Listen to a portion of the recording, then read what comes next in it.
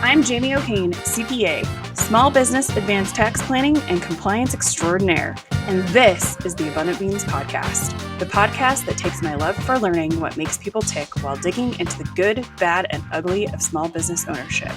We strive to give you the insight that only those in the trenches of being and working with entrepreneurs can provide.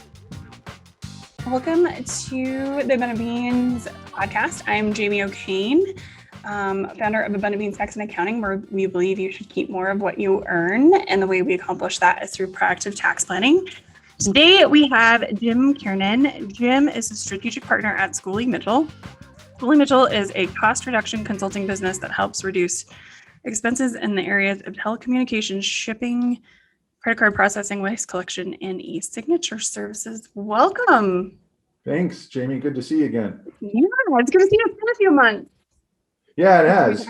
I think, the crazy season that we just experienced, if you can call it a season. It was like 18 months. I'm still reeling. Passed awfully quickly, didn't it? It did.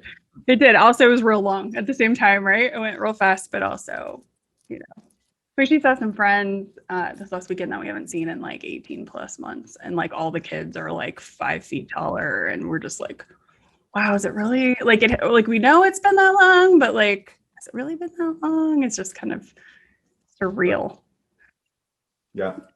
All right. So go ahead. I was just saying, and then being able to actually get out and do things, that seems like a normal way, just feels like freedom. It feels like a, relief to be able to go. Yeah, I feel like I have a little agoraphobia now. I'm like, ooh, people. Not sure about people. Right. When before I'd be like, oh, y'all want hugs? All right, come on in, come on in. But no, we don't. Not really anymore. Nope. So Jim, first questions first. What was your first job? My first job was at a movie theater, actually. I started off in concessions, worked my way into selling tickets, then became a projectionist, and then ended up being assistant manager. And honestly, the only reason I was assistant manager is because the real manager didn't want to have to close on the weekends. So I'm showing the movie anyway as a projectionist. So, I ended up as a 16-year-old being the assistant manager of a movie theater. So that was my first paying job that came outside of cash, right?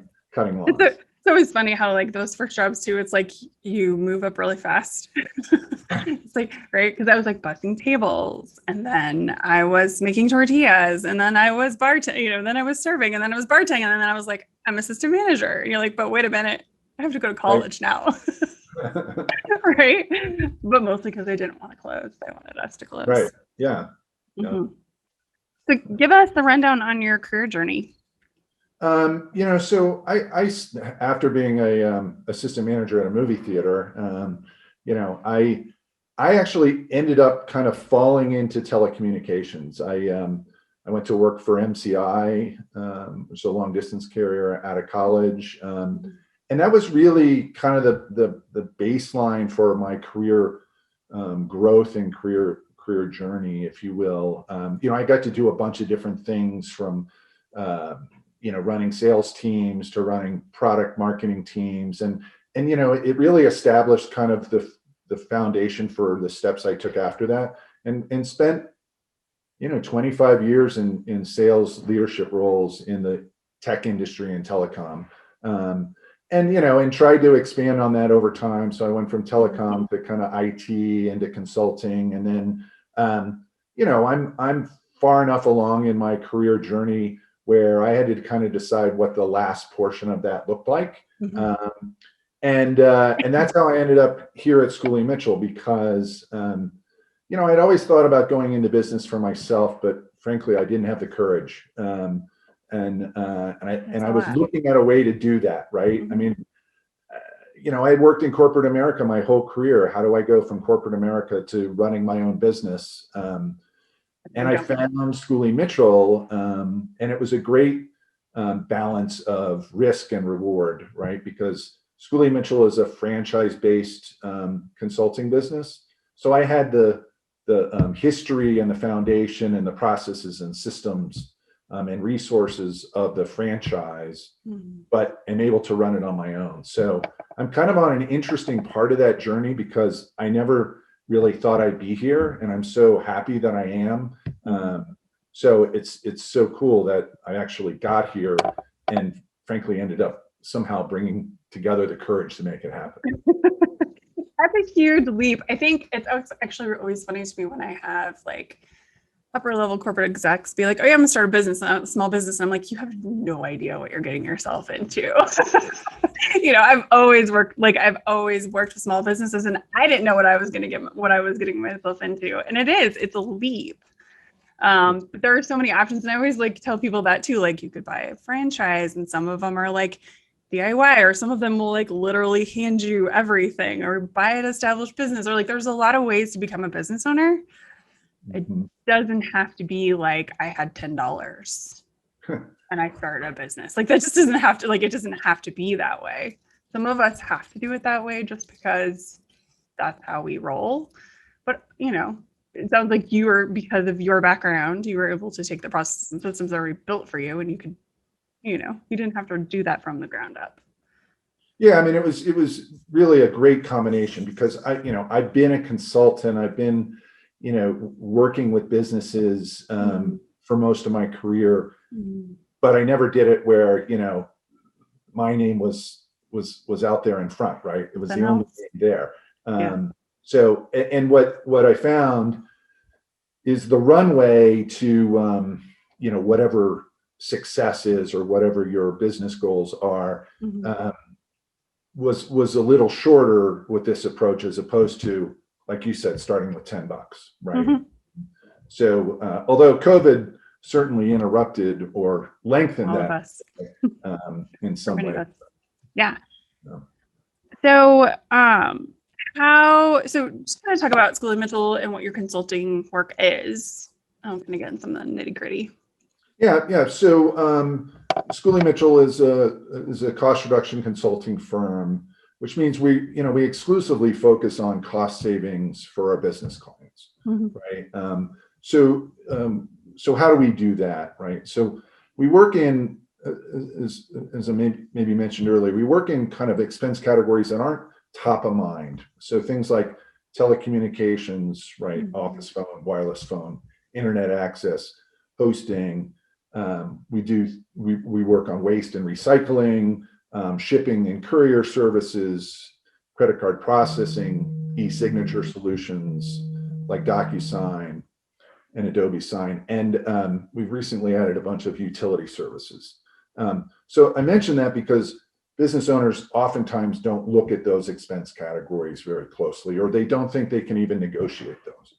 So we look at those expense categories, and then we look for cost savings opportunities. How do we do that? We literally audit their invoices. We collect 3, 6, 9 months worth of their invoices and look for optimization opportunities, things like features they're not using. We look for billing errors, and then ultimately look to negotiate better rates on their behalf. And then we bring forward a recommendation based on our analysis and audit work.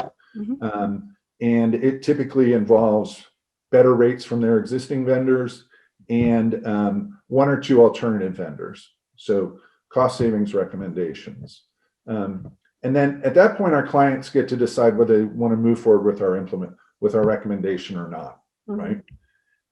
If they choose not to move forward, then we've given them a great cost analysis, and we look for maybe future opportunities that we can work together. If they do elect to accept one of our recommendations, then we do all the implementation work that's associated with it, right? So if it involves changing vendors, then we interface with those vendors to move services.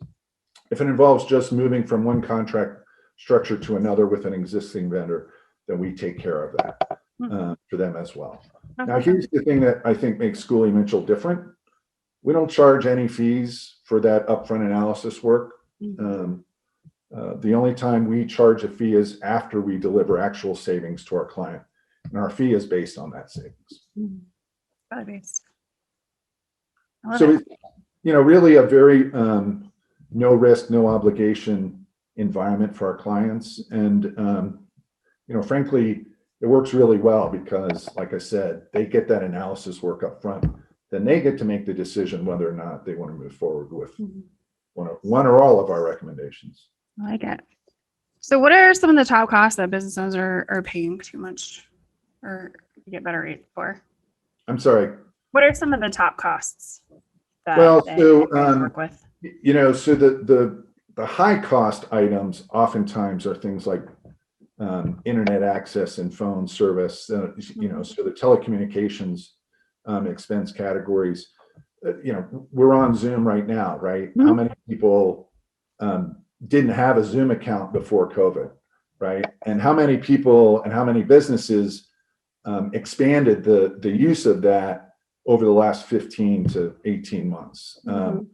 And oftentimes without paying close attention to how much they purchased or how much they used.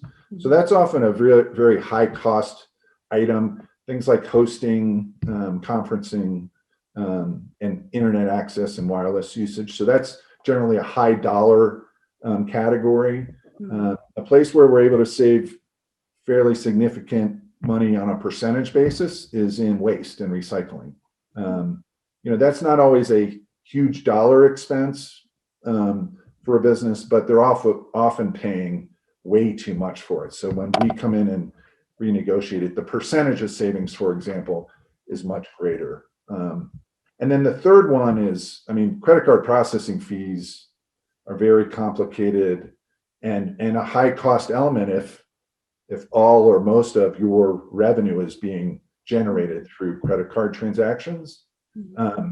So for a business that, maybe does $2 or $3 million a year in revenue, 3 to 4% of that can be paid out to the credit card processing fees. Yeah, that's interesting. So That's a cost we're always keeping an eye on. And it's always funny to me though, because I feel like people get hung up on that one, but also like depending on who their processor is, and like so I assume one of the things you guys are looking at with cost is like, there's different elements to a cost, right? There's how much time it might save us, or is it what's ease of use, or what does the reporting look like? Like I like to talk about the credit card one a lot just because a lot of our clients use QuickBooks Online, and if they're using QuickBooks Online processing, it takes out less steps and it can do automatic. Like I don't even know what I pay, but all of our stuff is on recurring with our proposal company, and I don't have to touch it. So like right. It's like hands off. I could do 4 hours of invoicing every month, or they could just run it. Yeah. Right. So it's like that cost benefit of what is the service and understanding, am I getting a time benefit or some other benefit from the cost? And you guys help with that? We do. So we'll look at what that integration is, right? And oftentimes you'll experience is that the more integration there is, the more hidden costs there are. Yeah, that's right? true. Because the simplicity of use and efficiencies that go with it, right? So what is that trade-off? So we'll look at figuring out a way to pull out those credit card processing fees from the integration, renegotiate those, and then plug them back in to the integration platform, right? Yeah. So, because we find that often that whether it's QuickBooks or any other services, I know you work with a lot of veterinarians, right? A lot of veterinarians have that integration with their patient software, and that's expensive. It is expensive. No, and that's it too, is a lot of the time the software has the processing on the back so that they can make all the money on all the things. The people who sold them the software and the computers and the thing they can make money on, little everything you touch, right? Which makes sense. Like it's a great business model, but you don't really recognize those costs, or as that, like I'm paying all of these dollars to this one vendor. Or you do see it. So the other thing that we find is they'll break those costs out, right? They'll break out the credit card processing fee and it'll show it that it doesn't actually work this way, but let's just say for discussion that it shows it as 2%. So it's not actually 2%. They're just hiding some of that cost somewhere else and bundling it together. So, but it looks like it's really low. So you don't ask the question about, well, should I be paying less, or am I paying too much, kind of thing. Yeah. It's interesting with the credit card processing. I always feel like there's like you have to process with them for a while before they'll talk to you about like a rate reduction. Does that work? Like, I'm sure you guys come in there like, you're like, no, let me talk to them. Well, yeah, so that's true. So that's a good example, right? So people think, business owners think, oh, I can't negotiate that because I just started with this vendor. Generally, credit card processing fees, since we're on the subject, they don't involve a long-term contract with the processing company, right? There's no benefit to having a long-term contract oftentimes, right? So you feel like, oh, I have to stick with them for a while before I can get a better rate. Well, that's not the case at all. You can, because there's no term agreement, generally, you could switch to another vendor right away. The only time where that gets complicated again is that integration. So if you have a bunch of point of sale terminals and a bunch of other equipment, a bunch of other software, and now I'm trying to pull it out from the processor, that's where it gets to be difficult. Yeah, it's a lot of time and implementation. It's like sometimes it's just easier to pay it, right? Well, and it is. That's why I like the model, because we can do the analysis. You can kind of give the business owner a perspective on where they are. And then, maybe a year later, they've kind of been through the good and the bad with that processor.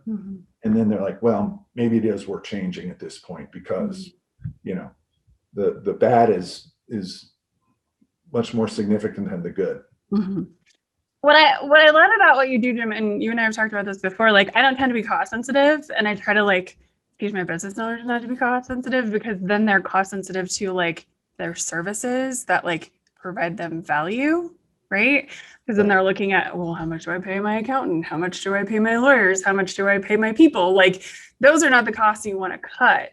The costs you're talking about are commodities, really, right? And there's people clamoring for your business in those areas because it doesn't cost them a lot to give you that service, or to give you the, to deliver, the internet or whatever, right? Like, a lot of they get a lot, it's a high profit, they're high profit, low dollar a lot of the time. They're low dollar generally to the business, but it's high profit to the business. So it's not like there's a service that goes with it that really like impacts your business, right? A lot of the things you guys work with is really more commoditized things, right? It's not like actual people on the other side, that are like working directly with your business.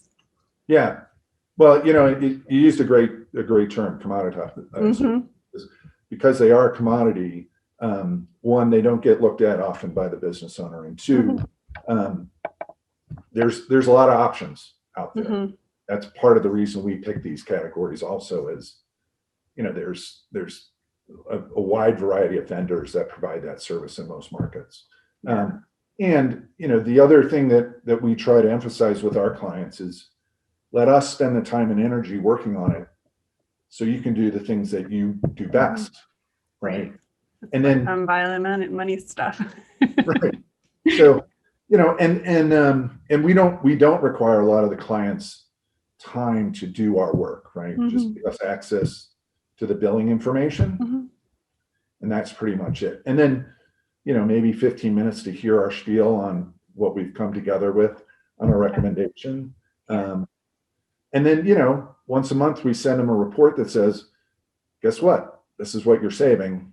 This is what we told you would save. This is what you are saving. Isn't this great? And if you have questions, we can go through it, right? We're just all about that over here, which is like putting more money in our business owners' pockets, right? Through our own expertise. We do it through tax savings, and now we're doing it through employee retention credits, and you're doing it through cost savings. Yeah, and it's the thing that we find with our clients over time is they didn't realize how much money they were wasting, right? We have a whole kind of marketing spiel around burning up your hard-earned cash, right? And it's true, right? And they just they just don't really realize it because they've never paid close attention to it. And then when they see it on the report and it's actually being realized on their invoices, they're sometimes shocked that it's real. I can tell you where mine all go. Mine all goes to new shiny happy apps that I like sign up for once and use for like 2 minutes, and then I'm like, oh, I'll learn how to do that later. Right. And then I see the costs come through every month, and I'm like, I should probably cancel that. Oh, but I have other things to do. Well, and how many people signed up for e-signature solutions like DocuSign, right? And said, oh, well, and I need all these features and I need all these cool things, right? And they use it, but they're paying for all these features that they don't actually use, right? So that's a great app, if you will, that is bright and shiny and cool. And then they realize, wow. I actually had an experience last week when somebody was using DocuSign but not using the security features, and they sent me something from somebody else for somebody else. Nope. And I was like, it's got my name on it, and I opened it and I was like, this is not for me. I am not in Canada. Yeah.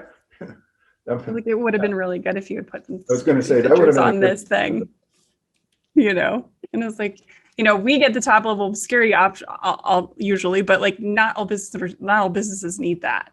My coaches don't need that. They just send me stuff through PandaDoc or something, something cheaper because doesn't have, secure requirements. Sure. Yeah. But if you have the features, use them, please. Well, yeah. I mean, this guy, I was like, I don't think this is for me. He's like, oh, crap. And one of the things that we've been able to do is, because we work with this stuff all the time, is when clients encounter that kind of oops, we can help them and guide them through how to upgrade or how to downgrade or so it's not a one-time event with us. I think is the point is it's an ongoing consultative relationship that lives beyond the initial analysis. Too many businesses do RFPs, or they put services out to bid thinking it's a cost savings opportunity, but they only look at it once and then they're done, and all of a sudden a year later they're paying as much as they were more before they put the services out to bid. Yeah, I really think the new theme of the podcast is like, pay attention to all your things. Like, like we have to work on the business too. And these are all things that we can do if we have time for that, right? Like if we make time for that. And we can watch our costs and we can, know what we're using, and we can create efficiencies, and we can do all that if we are paying attention, right? But I do understand, as entrepreneurs, a lot of the time we're just working in our what we're the best at. Now we're or like the reason we went into business, and then we're like, oh crap, we're business owners. I have to work in the business and on the business and figure out how to balance all of that. And it's exhausting. Yeah. And as if you have some trusted advisors that you can work with and partner with, I mean, I think that's what helps those business owners, That's nice. sleep at night, right? It's, they have people that they can trust, that they can, if you want to use the word outsource it to, or, just have them handle it for them. And then, like you said, they can spend the time doing the stuff that they initially wanted to do when they started the business. Yeah, I love it.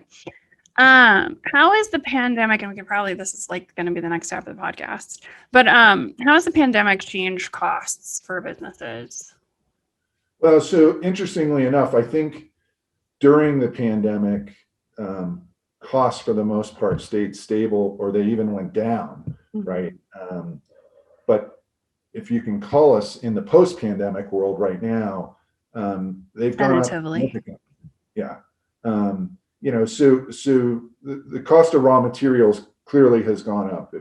If you look at anything from lumber to tape, to paint, anything from a raw materials perspective has gone up. And I think it's rolled over into other things like labor, and real estate. I mean, for those people that think that, their rent was high before the pandemic, it's going up. If you ask anyone in that sector, cost of rents, whether they be residential or commercial, is going to go up. So I'm I watching the think, houses around us sell, like even before COVID, and I was like, oh my God, what is going on? And now I'm watching them go up. I mean, they're sold before they go up, and that's been happening for a while here in Denver. But I'm just like, what is happening? right, right. I mean, it's, and Here's so, your 800 square foot shoebox on no land that really just needs to be scraped. That'll be $3 million, please. It's ridiculous. and Crazy. so for us here in Denver, right, we're seeing that. And you used to think, well, it's crazy in Silicon Valley, or it's crazy in Manhattan, or it's crazy in these other, major metropolitan areas. Well, welcome to Colorado, Like you're because in the it's burbs. crazy here too. Yeah. And you see it, in the commercial space as well. Buildings are selling for ridiculous amounts of money. Apartment buildings are selling for, three or $400,000 a Did you unit. see that deal? Yeah. Did you see the Palomino Park deal? Yes. Yeah. If you want to put that in your Google, it's Palomino Park. It's a really large apartment community here in the South Metro area. Literally, it's like, I'm doing this because it's like, You can I don't also, think like I can see it from here. It's like 2 miles from here. And it just sold for was it $3 billion? It was it's some, madness. yeah, it had a B in it. Yeah, So, there was a B. yeah, I couldn't believe it, because, you've been seeing things that are, 12 unit complexes selling for $17 million, or, 100 unit complexes selling for $400 million. And then you see a B in it and you're like, wow, that's crazy. Yeah, it is nuts. I don't know if I can find it, but it's just bonkers. Yeah, housing's bonkers right now. And the supply issues. My husband's a mechanical engineer, and every time he turns around, they've got more supply issues, and he's going down and making sure that whatever supply that they could get was like, and it's always something like, I mean, obviously the container ships can be stuck in places, or I know like we have railroad issues, which is why there's a ton of the container ships in the LA ports right now that can't drop their stuff off, drop their supplies. Right. But like, it's like a fire or an ice storm, or like, it's like all these like disasters instead of just like, oh, it's a supply issue, like it just can't get here. And and the hard part for businesses is there's indirect costs associated with that too, right? So I have a construction client, they can't get, raw materials for the construction project. So the project takes longer to complete, which increases their cost. It impacts their bonuses for finishing the project on time or early. So there's all those kind of costs that people don't recognize as being, this additional cost of doing business because of the supply chain and delivery issues on raw materials and other, essentials for doing business. Yeah, it's not. Well, I mean, we have restaurants, that are like, we can't buy gloves to do our prep. Like they're like our cost for PPE is like 12 times what it was last year. Yeah. And you still can't get it, which is surprising, just because, you would think at this point there'd be a surplus sitting somewhere that people aren't using. But and we actually saw that during the pandemic, from a cost perspective, is businesses that didn't used to have PPE or have to do find a secure way of getting rid of that, right?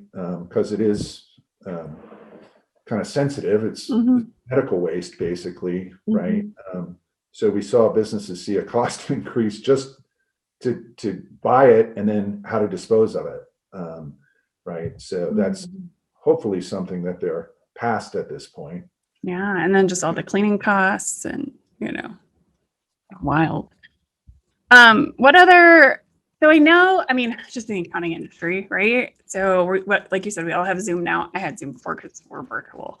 But, if there was this whole, like, especially the accounting industry, I'm watching everybody be like, how do we do this stuff remotely? I'm like, well, you need a secure portal and you need teleconferencing and you need, kind of here's your list of things. Here's some options that, we use. But, the software solutions and like all of that, I know a lot of those, like I said, new shiny apps, that's kind of my thing. But, a lot of those things we just buy, right? We don't even think about it. We just put our credit card in because we're using it as a business. And really going through those costs and really looking at them, to see, oh, are we even using this app anymore? Yeah. But with the pandemic, it's kind of shifted, right? So it's a lot. So it might be, maybe we need less supplies of this, but we need more technological solutions and security solutions for our technology. So a couple of things to think about there. One is just as a general view of kind of the pre-pandemic, during the pandemic, and post-pandemic. When we look at the cost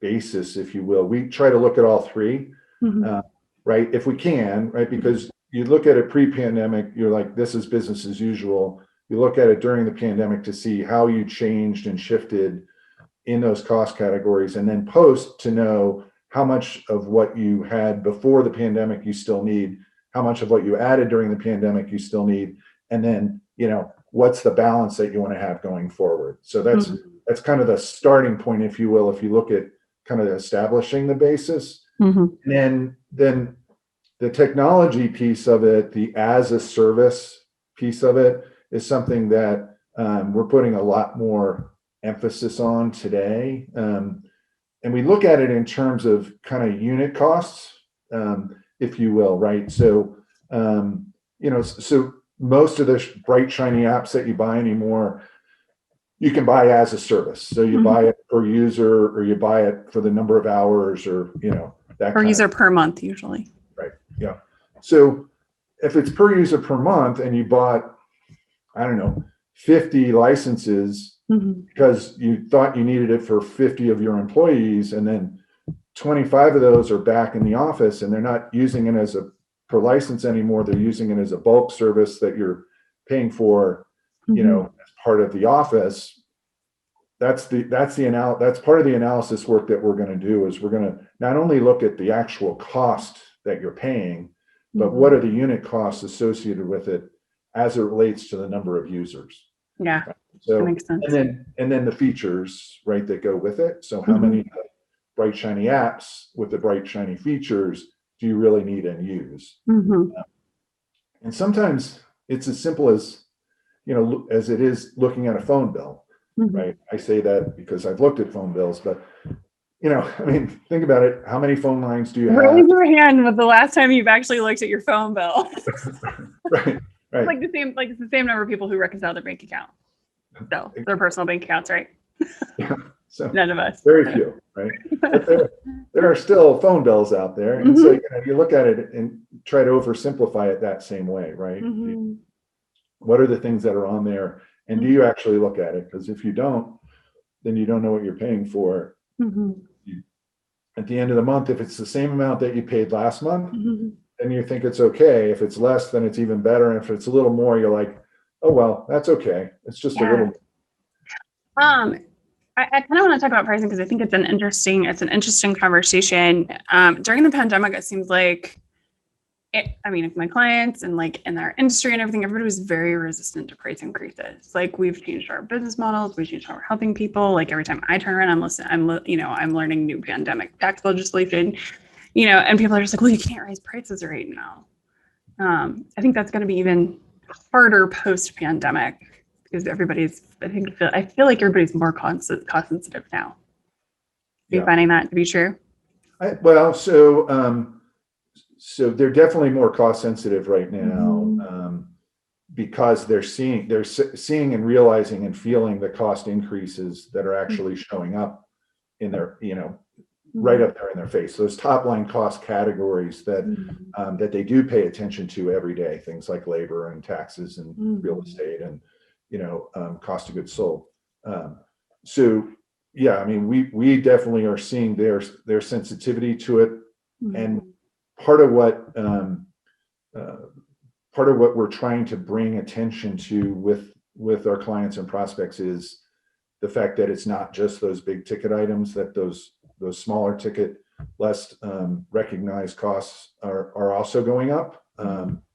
And I don't think there's any hesitancy from service providers across the board to increase prices now because they didn't do it during the pandemic.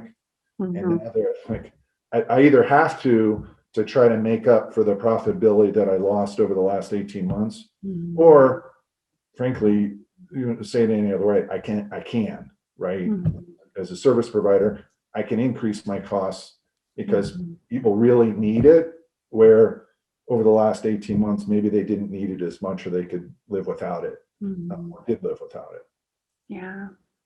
It's interesting. It's an interesting conversation. I mean, I like to just pay attention to what's going on in my industry and the event industry. And, you know, I'm just watching a lot of the time, you know, about, you know, how people feel about pricing and how are they changing pricing. And there's been a lot of loud people like, you can't raise prices on your clients. I'm like, do you guys know how many sets of tax legislation we had to apply this last year?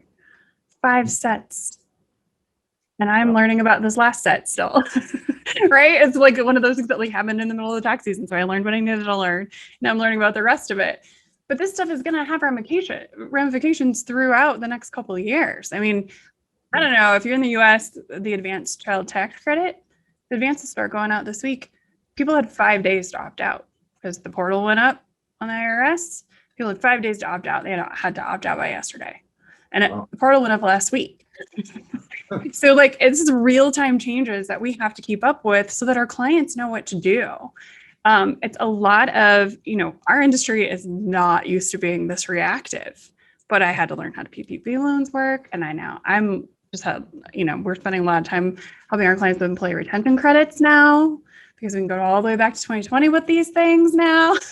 And before we couldn't. And it's like, we have to be on top and reactive in a way that really is full year service, which is what my industry is not used to doing. This is how I've always operated, but it's not what our industry is used to doing. And have you seen a lot of your clients want to move forward with those employee retention credits? Are they actively pursuing them, or they're not actively pursue them? They're not actively pursuing them. We're coming to the client and saying, our clients months ago, I said, this is now an option. If you want us to look at it, let us know for you, right? And I'm actually kind of going through and making sure I think we got everybody as well.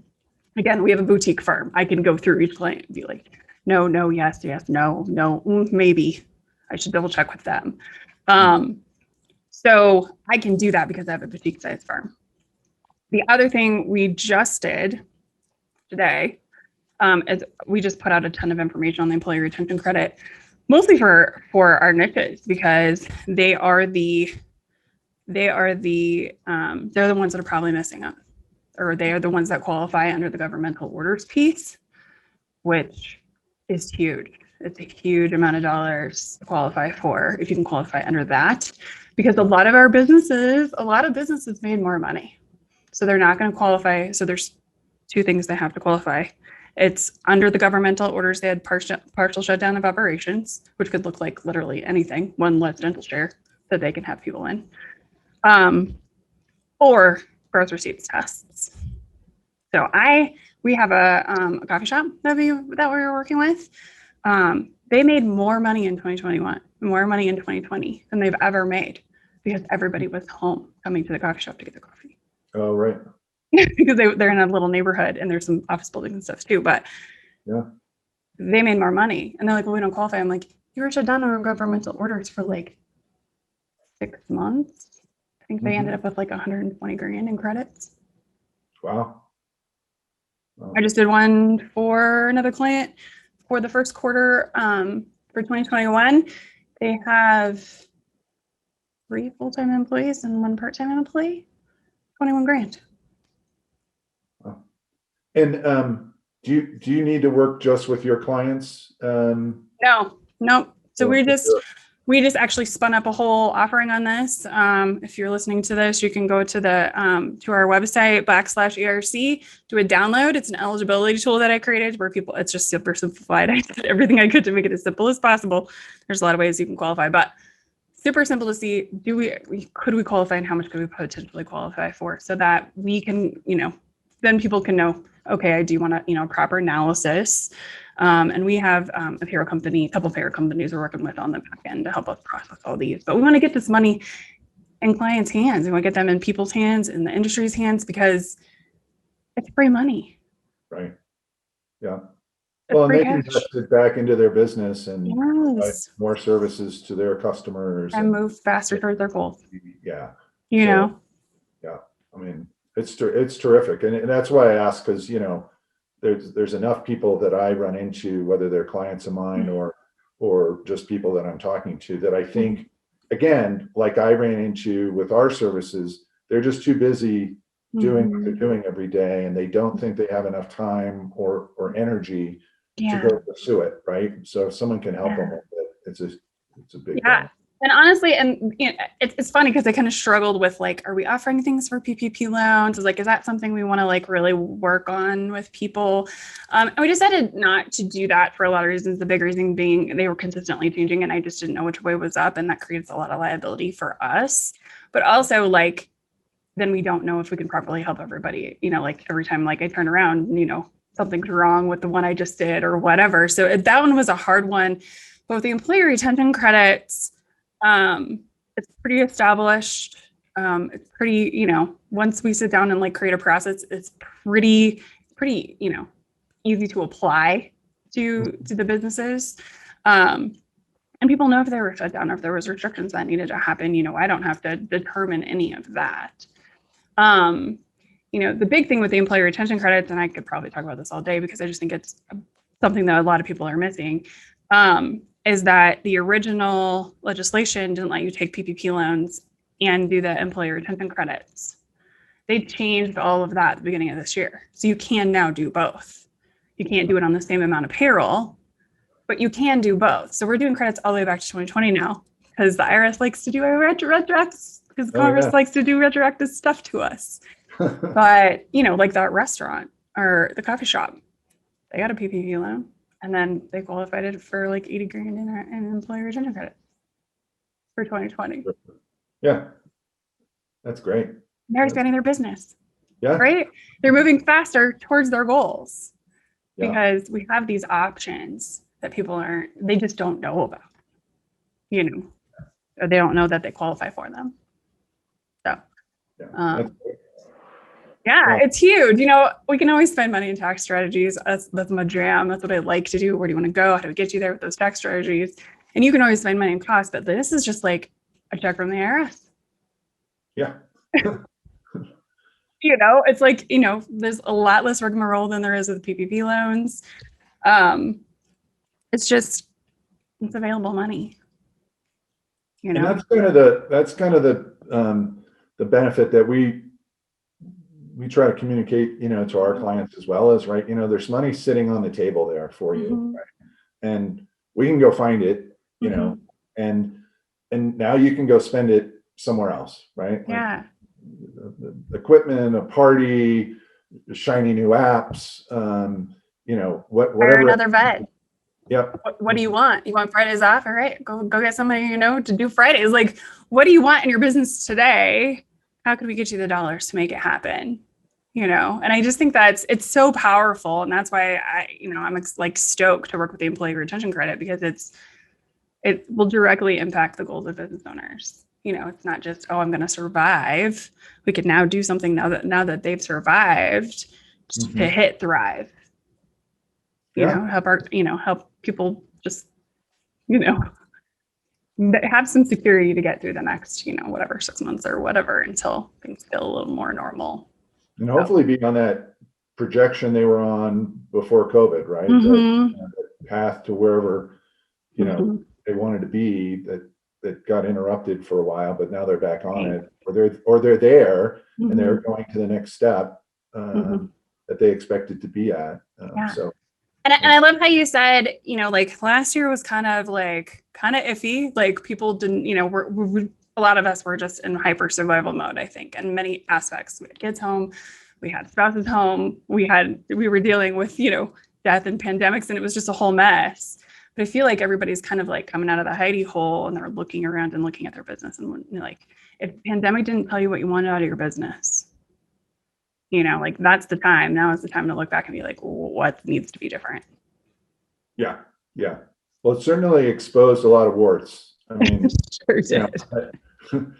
In a lot of places, right? Not just in, entrepreneurial businesses and small businesses, but across the spectrum in the world. And, those warts showed up, and hopefully we've learned from them, and we keep them from coming back, or we minimize the number that we have going forward. Yeah, I don't think there's going to be a reversion to normal. I don't think that's going to happen. I think you need to take these lessons. And that's what I was saying from the beginning. This is an opportunity. Like, I know it's scary, and I was scared, and I had my own panic attacks and the whole thing, but like, I'm also looking for opportunity, because nothing changes us faster than those things if we move towards it, right? So I was looking for opportunity for our clients.